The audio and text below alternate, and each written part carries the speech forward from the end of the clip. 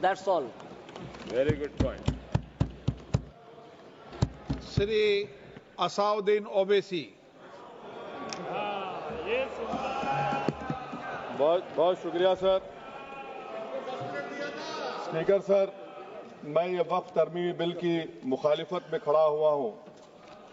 किसी एक शायर ने बड़ा अच्छा कहा था, जब भी ज़मीर और ज़र्फ का सौदा हो दोस्तों, जब भी ज़मीर और ज़र्फ का सौदा हो दोस्तों, कायम रहो हुसैन के इनकार की तरह।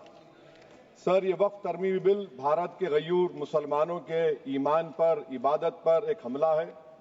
नरेंद्र मोदी की हुकूमत ने इस मुल्क की सबसे बड़ी अक़लियत के खिलाफ एक ऐलान जंग कर दिया, और ये जंग ना सिर्फ मेरे जिस्म पर है, बल्कि मेरी आज़ादी पर, मेरी समाजी और माशी मार्जिनलाइजेशन पर है, मेरी शहरियत पर है, मेरे मदरसे, मस्जिदों, खानखाहों और दरगाहों को निशाना बनाया जा रहा है। और ये हुकूमत सच्चाई को नहीं बयान कर रही है कि ये तरमीमी बिल से मुसलमानों का तहफ़्फ़ुज़, तरक्की और गुर्बत का खात्मा होगा। ये सरासर झूठ है। सर, अगर आप आइन के आर्टिकल 14 को देखेंगे तो उसमें लिखा हुआ है इक्वल प्रोटेक्शन। अब आप देख लीजिए सर कि हिंदू, सिख और जैन को और बौद्ध को उनके एंडोमेंट में तहफ़्फ़ुज़ मिलेगा, क्योंकि उनका एंडोमेंट बाय यूजर बरकरार है और उनका एडमिनिस्ट्रेशन उनके हाथ में होगा कि गैर हिंदू या गैर उनके मजहब का आदमी दान भी दे सकता है उनके लिए, और एंडोमेंट बोर्ड का तहफ़्फ़ुज़ भी मिलेगा, क्योंकि उसके ऊपर ओवरराइडिंग क्लॉज अप्लाई नहीं होगा, लिमिटेशन का कानून उस पर अप्लाई नहीं होगा। उसके बरक्स ऑपोजिट आप देख लीजिए, मुस्लिम वक्फ को वक्फ बाय यूजर निकाल दिया गया। एक मुस्लिम वक्फ की जायदाद पर कब्जा होगा, लिमिटेशन लगेगा तो जो एनक्रोचर है, जो खाबिज है, वो रातों रात मालिक बन जाएगा और एक गैर मुस्लिम वक्फ बोर्ड को एडमिनिस्टर करेगा। ये आर्टिकल 14 के इक्वल प्रोटेक्शन का वायलेशन। अब आर्टिकल 14 में सर इक्वालिटी बिफोर लॉ भी है, और उसका कैसा वायलेशन हो रहा है कि कोई आर्बिट्ररी स्टेप नहीं ले सकता और कोई भी ऑफिशियल किसी भी तरीके से गलत आर्बिट्ररी फैसला नहीं लगा। यहां पर आप एक डेजिग्नेटेड ऑफिसर को रखकर वो फैसला लेगा कि ये जायदाद वक्फ की है, गवर्नमेंट की है। क्या ये प्रिंसिपल्स ऑफ नेचुरलिटी के खिलाफ नहीं है जिसका तकर्रुर एग्जीक्यूटिव करती है? ये हमारे theory of separation of powers, Bharat के आइन का बेसिक स्ट्रक्चर का हिस्सा है। क्या इसका वायलेशन नहीं है? सर, आर्टिकल 25 का वायलेशन कैसे है कि आप मुसलमानों से वक्फ बाय यूजर छीन रहे हैं और फिर आप कर्ब कर रहे हैं वक्फ वाल औलाद को, मगर वहीं पर दूसरे धर्म के मानने वालों को उनके मजहब पर चलने की पूरी इजाजत है। लफ्ज जो आर्टिकल 25 में इस्तेमाल हुआ सर, वो इक्वली एंटाइटल्ड, यहां पर मुसलमानों के इक्वल एंटाइटल्ड नहीं हो रहा।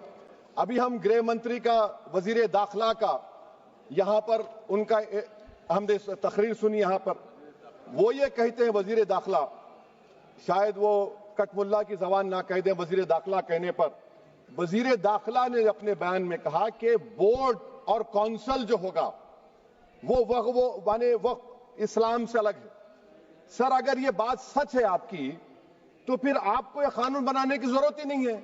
आप एक नॉन स्टैट्यूटरी बॉडी बना दीजिए। ये जो कानून बन रहा है ना सर, ये आर्टिकल 26 इसका सोर्स है, और आर्टिकल 26 जब इसका सोर्स है तो आर्टिकल 26 का ABCD क्या कहता है कि रिलीजियस डिनोमिनेशन को अपने मजहब के अफेयर्स खुद चलाना, मूवेबल इमूवेबल प्रॉपर्टी को लेना और एडमिनिस्टर करना।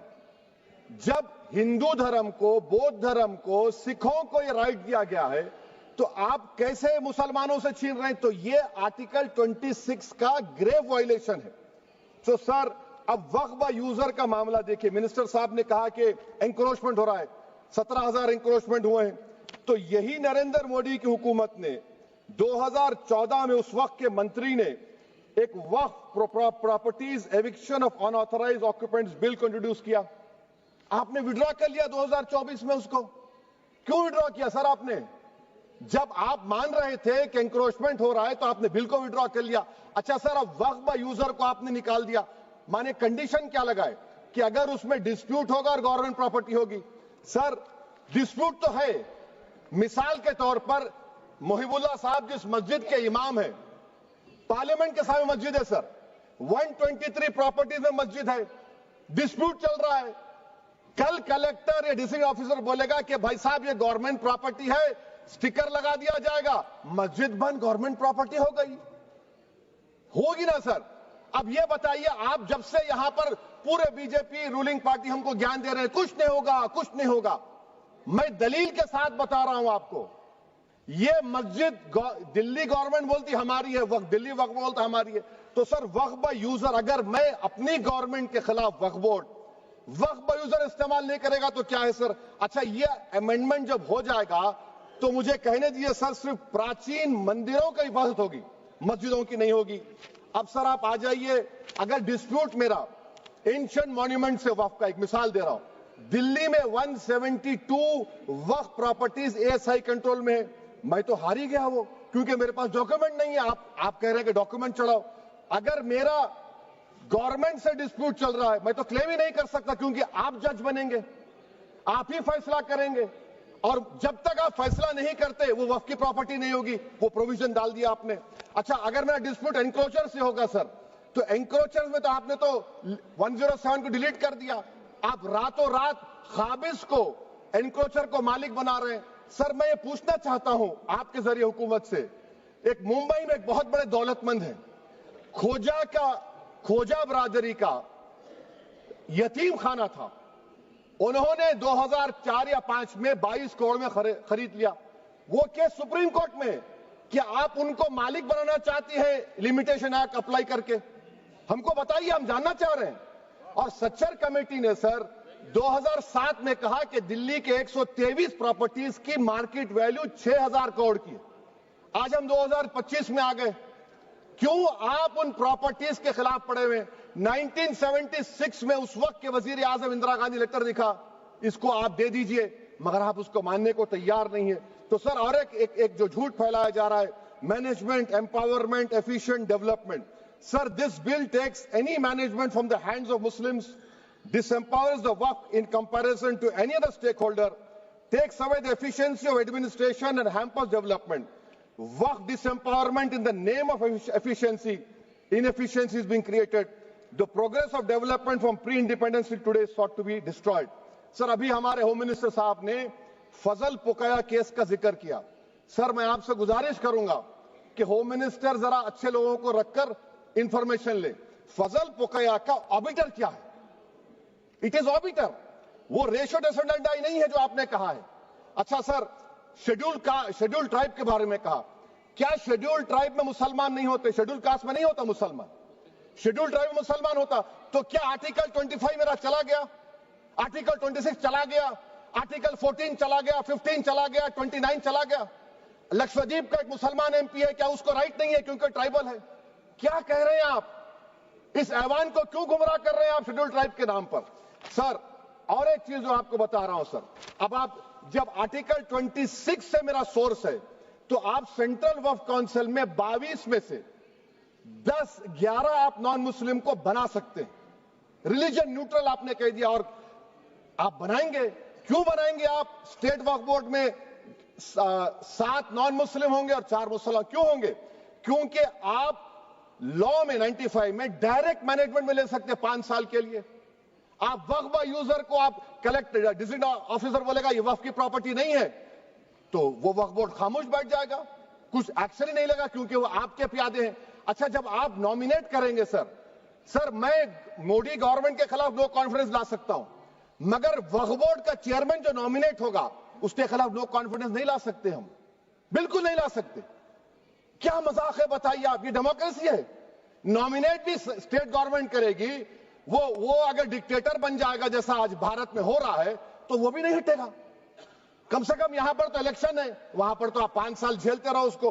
अच्छा सर, अब ये जो क्लॉज 11 और क्लॉज 9 आप 16AA से देखिए, where the qualification of the members of the board has been limited only to 3 categories contained in 14(1)(c). Intention is very clear that the majority is to be packed with non-Muslims. So who will defend my interests, sir?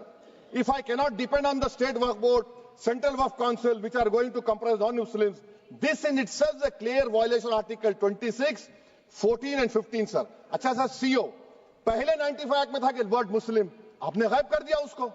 अरे आखिर क्यों इतनी नफरत है आपके लफ्ज मुसलमान से? अच्छा फिर क्या कह रहे हैं आप कि ये भी आर्टिकल 26 का वायलेशन है। सब जितने हिंदू धर्म के प्रॉपर्टीज हैं, सिख धर्म के हैं, बौद्ध के हैं और आपके जैन के, वहां पर उन्हीं के मजहब का ऑफिसर होगा। और कहां पर नहीं होगा? वक्फ बोर्ड में। Waqf board is a pure religious institution, इसको समझने की जरूरत है। तो आप ये कर दे रहे हैं सर। अच्छा सर आप देखिए, अब आप आ जाइए ये ट्राइब्यूनल पर। मुझे समझ में नहीं आया सर कि हमारे होम मिनिस्टर वजीर दाखिला ने क्या कह दिया कि 2013 का जो कानून है वो नहीं बनता तो हम नहीं लेके आते। मैं बड़े अदब के साथ उनसे पूछना चाह रहा हूं कि क्या उस वक्त राजनाथ सिंह साहब, आडवाणी साहब, हमारी लेट सुषमा स्वराज, ये बड़े बड़े नेता यहां बैठे थे? आपने यूनानिमस उस कानून को पास करवा दिया। कीर्ति आजाद थे उस वक्त, अब यहां बैठे हैं वो टीएमसी में। तो क्या आप गलत थे या वो गलत थे? हमको बता दीजिए, आप बता दीजिए। क्योंकि अगर आडवाणी आपके लिए बहुत बड़ा नेता है, मेरे लिए नहीं हो सकते, आपके लिए आपने पद्मश्री दिया उनको। मोहतरमा सुषमा स्वराज की जबरदस्त तकारीर का मैं कायल हूं, वो बैठकर उस 2013 को यूनानिमस पास कर दिए। मुझे कंफ्यूजन है कि क्या अमित शाह, नरेंद्र मोदी बड़े हैं या आडवाणी बड़े हैं? आपके लिए आप तय कर लीजिए। अच्छा सर, आपके tribunal sir, railway Clements tribunal, NGT tribunal, income tax, वैसे 14-15 ट्राइब्यूनल है, हिंदू एंडोमेंट का ट्राइब्यूनल, सबका अपील नहीं होती, रिव्यू होता है। गृह मंत्री सरकार कह रही है कि नहीं रोक दिए, रोक लगा। कैसे रोक लगाते हैं? रिव्यू और अपील में तो फर्क होता है ना सर। आप ही कह रहे हैं कि पूरे कोर्ट्स में बैकलॉग है और आप अपील कर रहे हैं। अच्छा सर, रिटायर्ड डिस्ट्रिक्ट जज 95 में सिटिंग डिस्ट्रिक्ट जज था, जो एडमिनिस्ट्रेटिव कंट्रोल था सीजीआई साहब, उसको निकाल दिए। अच्छा सर, अब आप अभी हमारे मंत्री साहब ने कहा trust, sir Shri Sai Baba trust 2004, वो ये कहता है जो ऑफिसर उसमें काम करता उसको साई बाबा का डिवोटी होने चाहिए और उसको डिक्लेरेशन लिख के देना पड़ेगा। यहां पर हो रहा तो यहां पर क्यों नहीं हो रहा? अच्छा सर, आप फिर देख लीजिए, ये आपका हो गया सर। हां, अब अमित शाह साहब ने सेक्शन 2A के बारे में कहा और उन्होंने इस बात का इकरार कर लिया कि दाऊदी बोहरा के लिए यह बनाया गया है। मगर मैं आपके जरिए से गवर्नमेंट से पूछना चाह रहा हूं, आपने तो उस प्रोवाइजो में दाऊदी बोहरा का नाम ही नहीं लिखा। आपने उनको भी थैंक यू कर दिया, उनका नाम क्यों नहीं लिखा आपने? और सर, और गवर्नमेंट क्या कर रही है?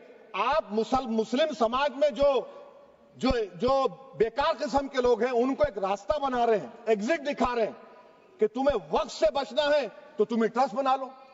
ये क्या कर रहे हैं सर आप? कम से कम उन दाऊदी बोहरा को आप दे देते। अच्छा sir, clause 3V section 36 clause 18 देख लीजिए। Oral appointment has sought to be discontinued even though it is recognized practice in Islam. Muslim personal law is recognized oral waqf and 1937 Shariat Application Act. Sir आप clause 3(9) पर आ जाइए। 5 साल के लिए मुसलमान। मैं किरण रिजिजू से पूछना चाहता हूं, सर दाढ़ी रखे तो मुसलमान प्रैक्टिसिंग है या क्लीन शेव आपकी तरह है? तो बताइए हमको, प्रैक्टिसिंग क्या होगा? अच्छा, किसी को पकड़ के मॉब लिंच कर दिया और बोले कि JSR का नारा लगाया, और वो JSR का नारा लगाया तो क्या मुसलमान रहेगा? नहीं रहेगा। या फिर देश के प्रधानमंत्री ने कहा था कपड़े देखकर पहचानो, तो क्या कपड़े देखकर आप कह देंगे? अच्छा, अगर कोई क्रिश्चियन हिंदू धर्म कबूल करता है तो क्या वो मंदिर को नहीं दे सकता प्रॉपर्टी? फिर भारत के संविधान में आर्टिकल 300 क्यों है सर? राइट टू इक्वालिटी क्यों है? फ्रीडम ऑफ रिलीजन क्यों है? 5 साल कहां से लाएंगे? अच्छा सर, और एक चीज सर, और एक चीज मैं आपको बोल के खत्म कर दूंगा सर। इस बिल में वक्फ औलाद का सर, इसमें आप देखिए clause 4(3)(2), the creation of waqf al-awlad shall not result in denial of inherent rights to heirs, including women heirs or the waqif or any other right of person. Sir, ये article 25 का violation है, शरीयत application act 37 का violation, article 300A का violation है। अच्छा, हिंदू धर्म में सेल्फ एक्वायर्ड प्रॉपर्टी को एक हिंदू, अब उसके फर्ज के 2 बच्चे हैं, वो एक को अपनी पूरी दौलत दे सकता है, कोई रोक टोक नहीं। वो कहेगा नहीं मैं घर के बच्चों को नहीं दूंगा, मोहल्ले के गरीब को दे दूंगा, वो भी कोई रोक टोक नहीं है। वहां पर आपको बच्चों की फिक्र नहीं है। जब मैं अपनी प्रॉपर्टी को अल्लाह को मालिक बनाकर दे रहा हूं, आप कह रहे बच्चियों की फिक्र नहीं है। इतनी मोहब्बत आप बिल्किस बानो से दिखा देते तो आपके लिए दुआएं देती आपके लिए। तो सर आप दूसरी बात आप देख लीजिए सर, आखिरी बात कहकर मैं अपनी बात को मुकम्मल कर रहा हूं सर। नहीं मुकम्मल कर रहा हूं। स्पीकर साहब बहुत टाइम दे दिए।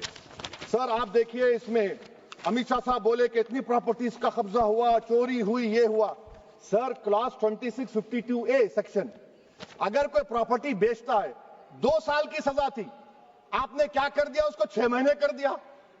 नॉन बेलेबल था, आपने बेलेबल कर दिया। सेक्शन 40 की बात करते हैं। सेक्शन 40 में सर हमको जो ज्वाइंट वर्किंग कमेटी का जो नोट्स दिए, उसमें मिनिस्ट्री ऑफ माइनॉरिटी अफेयर्स ने कहा कि 30 साल में 515 केसेस सेक्शन 40 के और सिर्फ 8 लोग कोर्ट को गए। वक्फ यूजर का कानून तेलंगाना आंध्रा में है, सेक्शन 40 का कानून तमिलनाडु 63 है, आंध्र प्रदेश में 43 है। और सर आप डायरेक्शन दे रहे हैं। अच्छा क्लॉज 4218B देखिए सर, आप रूल बना रहे हैं, कोऑपरेटिव फेडरलिज्म के खिलाफ है, इतना रूल बना रहे हैं। और आखिर में सर मैं आपको बताना चाह रहा हूं स्पीकर साहब, ये बिल का मकसद सिर्फ मुसलमानों को जलील और रुस्वा करना है, मुसलमानों को दूसरे दर्जे का शहरी बनाने का इनका मकसद है। सर अगर आप हिस्ट्री को पढ़ेंगे तो महात्मा गांधी उस वक्त के व्हाइट अफ्रीका में सफेद फार्म अफ्रीका के कानून को महात्मा गांधी ने कहा था कि ये मेरा कॉन्शियंस इसको मानता नहीं, मैं इस कानून को कबूल नहीं करता हूं। तो महात्मा गांधी ने क्या किया, उन्होंने उस कानून को फाड़ दिया। तो मैं गांधी की तरह इस कानून को फाड़ता हूं। ये अनकॉन्स्टिट्यूशनल है सर। इस देश में झगड़े पैदा करने का काम बीजेपी करना चाहती है मस्जिद और मंदिर के नाम पर, इसीलिए मैं इसका कंडेम करता हूं। और मैं आपसे गुजारिश करता हूं कि मैंने अपने 10 अमेंडमेंट दी हैं, आप इसको कबूल करिए सर, मुझे बोलने का मौका दीजिए और उस पर डिवीजन का मैं डिमांड भी करूंगा। Thank you sir.